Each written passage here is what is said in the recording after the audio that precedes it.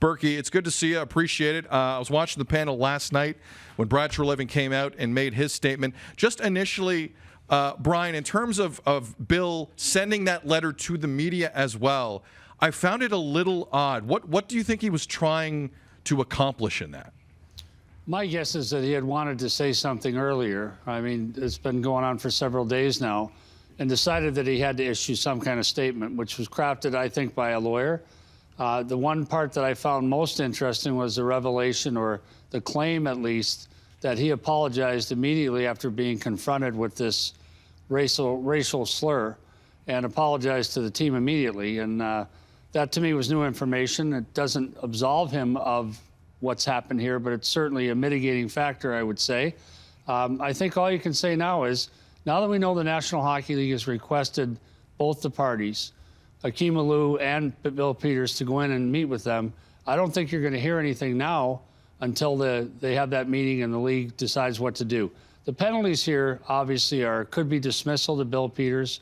Then you've got the debate over, does he get paid? This is not conduct that happened during his tenure as the coach of the Calgary Flames. That's a gray area for me. If it's tied to a morals clause, which most coaches have in their contract, that's a gray area. I don't think we have case law on that. And then the league has, as Elliot pointed out, the league has the ability to impose additional far-reaching penalties, and they may decide to pile on here. So we'll see what happens. You have a legal background, and so seeing that statement come out, I just wonder, what is Bill Peters' endgame? Like, if he was coming to you for counsel, why would he put out a statement while the hockey club is playing? Because it's going to be tough to win the court of public opinion, and he can't really say anything to win back us in the media, and nothing that he says really is going to be used for him in an actual court of law. So why say anything at all? Well, in my opinion, to say nothing is to admit guilt and say that's the end of it. I think you have to, at some point, issue a statement or make a comment. If you're accused of something of this nature, I think to do nothing is to admit guilt. So if I were representing Bill Peters, I would have encouraged him to put some kind of statement out, and I think that's probably what happened here. Whether it wins you over or me over, at least it's better than silence, in my mind. Burke, the role that Brad Treliving is playing here, and I said earlier in the show, I mean, I think a lot of this at this stage is above him. I mean, it's at the league level, it's at ownership, but he's got to be the face here. Your thoughts on the role he has played and the job, quite frankly, he's done in this rather unique situation? Well, I think when you hire a coach and the coach is accused of misconduct, at some point the fingers point to you. But this is conduct, I'm pretty well plugged in. I'd never heard about this incident, not once. It's 10 years old. I think that it would have been hard for Brad in the hiring process to find out about this incident. Certainly it was news to everyone in the hockey community that I know. So I think when he came out a couple of days ago and took the heat for the team, tried to help the team out of their slump, I thought he was very effective. I thought it was intelligent and well delivered. I think his performance to this has been really strong in the sense that he has been front and center about it, front and center about what happened, front and center about saying the coach is not going to coach this game in Buffalo, and explaining that he sent the coach back to the hotel. The coach then traveled back separately from the team. So I think he's done a good job of keeping us informed and apprised of where it stands. The one criticism I've heard online is they should have done something by now. And I think what he's doing here is working in concert with the league to make sure everything is looked after, including the contractual dispute. I assume there's going to be one between Bill Peters and the Calgary Flames. So I don't think he has a choice but to turn over all the stones, find out what happened, find out precisely what happened. There's going to be some he said, she said, and I think that's going to be a problem. And now the league has said they want to step in. And if I were the GM of the Flames, I'd say, great, that's great. Let's let the league get involved and see what they find out. Burke, the other criticism, the only other criticism of Brad I've kind of heard is that there was a 6-day window between Gulutzan leaving as head coach and Bill Peters being announced. And some people felt, well, that's just, you can't do proper due diligence if that's the case. Is that a fair criticism in your mind, or unfair?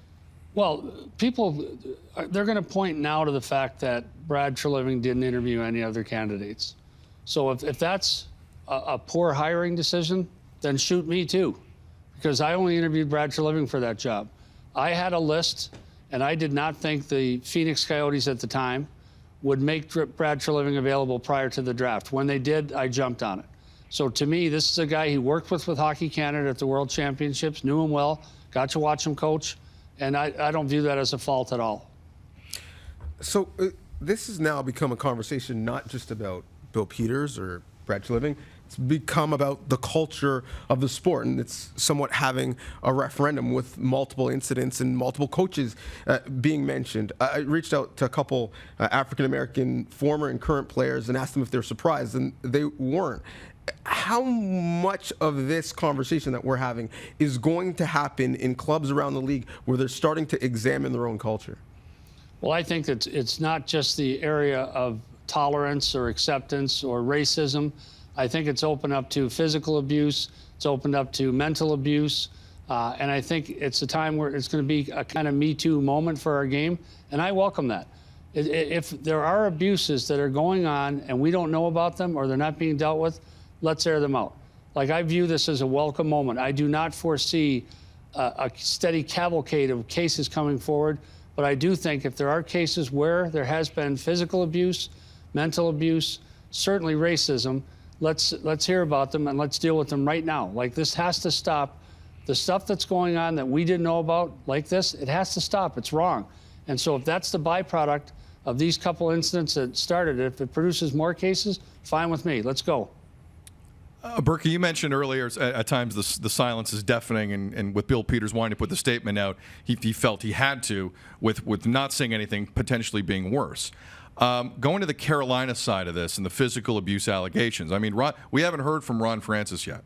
And that groundswell is building a little bit as he is part of a new franchise in Seattle.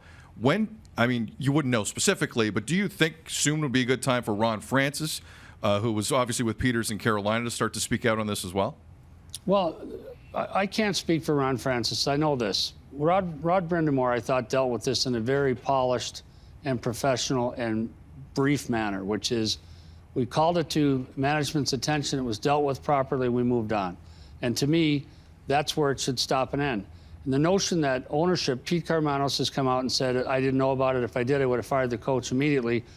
But I can tell you, it's not an incident that I would feel I had to call ownership about, because you dealt with it internally. This happened to us in Vancouver.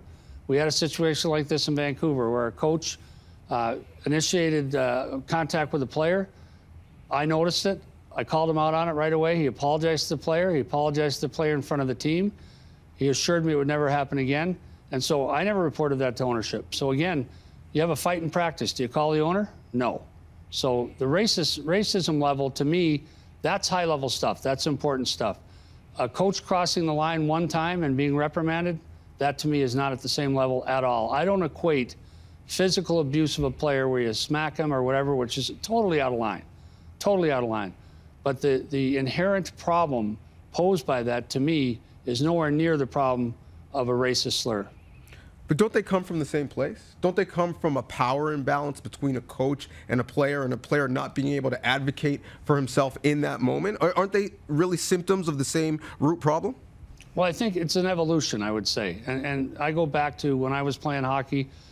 A coach grabbed me once when I was playing midget hockey and by both shoulders and threw me up against the glass. We didn't have glass in my town. We had chain link fence, and threw me up against the wire and told me I could never do what I just did again, because my left winger got cranked and I came in and went after the guy that did it. We were going to the national championships and he said, you can't take that penalty. Next week, you can't take that penalty. And I wasn't offended by it at all. I was like, I can't take that penalty. So we've evolved to the point now where that's no longer acceptable. I understand that. But the notion that the things that were said to me, I said this earlier today. I came back to the bench one time when I was playing in the American League, and our coach, Bob McCammon, who was a great guy, said to me, I have no idea why the Philadelphia Flyers ever signed you. Like, what's a more harmful thing to a player to say, why are you even here? And I took it and said, okay, we got to get on with our lives here. I got to play better.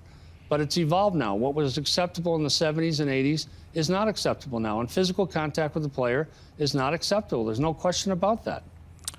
Burke, the subject matter here is so important. I feel weird asking you about the Habs losing 5 straight. But so I'm not going to. I want to ask you one more question because it's an important discussion we're having. What do you think the biggest takeaway is from these last 5 days for all of us? The number one takeaway has to be, in my mind, there's 3 levels of abuse, if you will, that are going to come out here. One is racism. In my mind, it's the most serious one by far. It has no place, and there can be no statute of limitations. The fact that this claim is several years old, I don't care. I want it dealt with. The second one is physical abuse. If it's recent, yes, deal with it. If it's something that's dragged up from the past, I am okay with the statute of limitations on that. And then as far as how players motivate players, I think Paul Maurice said it very well. You've got 60 minutes of game time. You've got to discipline, motivate, correct your players. 80% of the commentary during a game is negative. It's corrective. Play within the dots. Finish your checks. You don't come back to the bench and the coach puts his arm around you and says, young man, you're playing a fine game tonight. Keep it up. You come back to the bench and he swears at you and says, stay within the dots, right? So it's a lot of negative. And you've got to watch the line that you walk between proper motivation of a player and bullying of a player or threatening of a player. But coaches walk that line every night. Both coaches will do it tonight. Sportsnet hockey analyst Burke. Brian, we appreciate the time. Thank you very much, sir. Thank you.